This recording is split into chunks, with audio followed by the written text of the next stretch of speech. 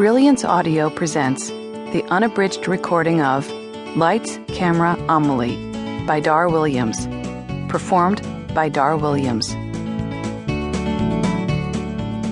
For my most tiny and colorful tree frog, Stephen. Chapter 1. The Little Story That Led to the Big Drama. What is it about the end of the school year that makes school almost fun? Is it the way you can just roll out of bed and get dressed in 10 seconds, t-shirt, shorts, sandals, instead of half an hour? Or is it the feeling that school is officially over once the world looks and feels like summer? How was it that after everything that had happened in 7th grade, the wars between popular girls, teachers erupting in anger, and quiet kids finding all sorts of crude stuff written in permanent marker on their lockers, we could end with a sort of truce?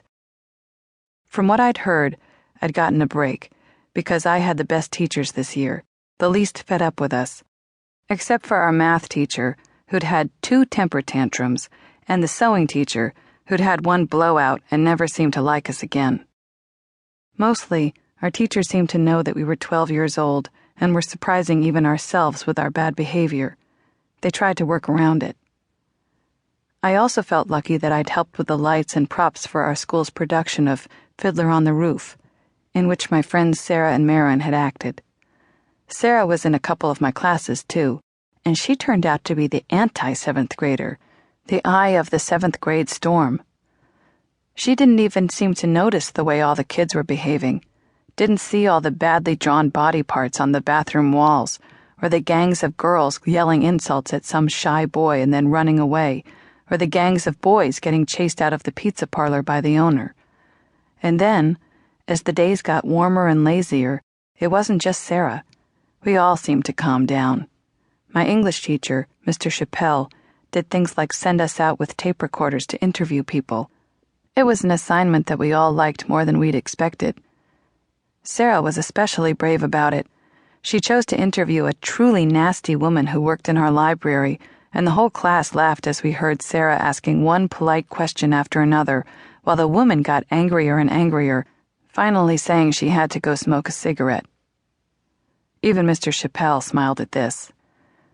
It was in the last few days of school that we did the most amazing project. We had to tell a story. Mr. Chappelle said that it couldn't be written down, and hopefully it would show the power of a different kind of language, whether it was the language of pictures, music, or spoken words. I wanted to create a ghost story with the language of creepiness, which meant creepy music and special lighting, as well as a suspenseful story that I would read out loud. I dug around and found a photograph I remembered of a boy seeing that his hands had become bundles of knotty roots. It was from a book of pictures by Arthur Tress, who tried to photograph dreams and nightmares that children had had. He'd asked this boy to put on a coat that was longer than his arms, then stuffed branches into the sleeve openings, and told the kid to just remember his dream. The final photograph made me shiver. I wrote my own story about a boy who was cursed by a witch troll for stealing a treasure out of a magic tree. Then I got a couple of flashlights and a recording of some scary organ grinder music. I also tied together a big bundle of roots and hid a little lamp inside them that I would turn on when the boy woke up underground in the witch troll's den. I wrote that the boy expected to wake up in his own bed, but, click on the lamp inside the bundle of roots, found himself alone in a shallow underground cave. I described how he felt even more terror as he heard the witch troll approaching, turn on scary organ grinder music. Mr. Chappelle let me get the whole thing ready in an empty classroom with no windows. I enjoyed stringing up the roots and setting the CD player so I could play it on cue. Mr. Chappelle said that if I liked putting together this story, I should get a movie camera. He said it was easier than ever to make a movie.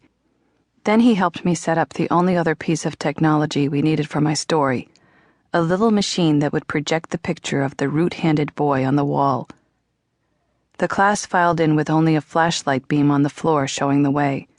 It helped my nerves to hear everyone sounding a little freaked out already, having to find their seats in the almost dark.